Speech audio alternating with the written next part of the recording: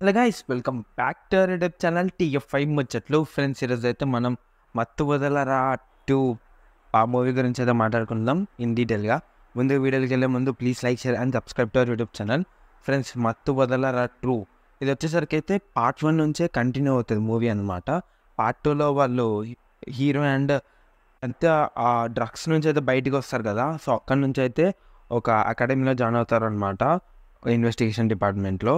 So అక్కడి నుంచి అనేది అయితే స్టోరీ అనేది స్టార్ట్ అవుతుంది.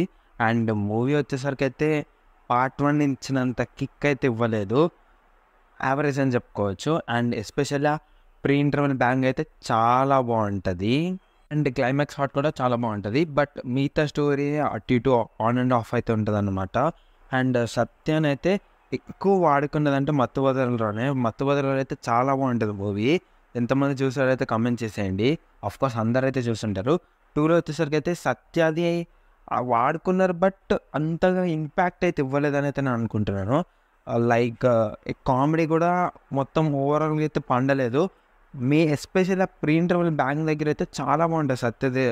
అది కామెడీ కావచ్చు, అవంతా బాగుంటుంది సత్యది. బట్ ఓవరాల్గా అయితే అంత ఇంపాక్ట్ఫుల్గా అయితే ఏముండదు సత్య క్యారెక్టర్. ఇన్వెస్టిగేషన్ అంటారు, అది అంటారు, కానీ అంతగా అయితే ఏం లేదు స్టోరీ ప్లాట్ లైన్ కూడా. సో చెప్పేస్తే స్పాయిలర్ అయితే అయిపోతుంది అనమాట. సో చిట్టి కూడా పర్లేదని చెప్పుకోవచ్చు క్యారెక్టర్. అదే అండి జాతిరత్నాలు హీరోయిన్. సో మూవీ వచ్చేసరికి అయితే నేనైతే యావరేజ్ అని చెప్తాను. ఒకవేళ మీరు చూస్తుంటే మీకు ఎలా అనిపించింది అయితే కామెంట్ చేసేయండి. ఫ్రెండ్స్, ఈ రివ్యూ కొంచెం లేట్ అయింది, బట్ లేటెస్ట్తో అయితే వచ్చాను. అండ్ నేను ఇచ్చే రేటింగ్ వచ్చేసరికి అయితే అవుట్ ఆఫ్ 5కి అయితే 2.8. సో ఒకవేళ మీరు మూవీ చూస్తుంటే మీరేని రేటింగ్స్ ఇస్తారైతే కామెంట్ చేసేయండి. So please like, share and subscribe to our YouTube channel. Thanks for watching and signing off.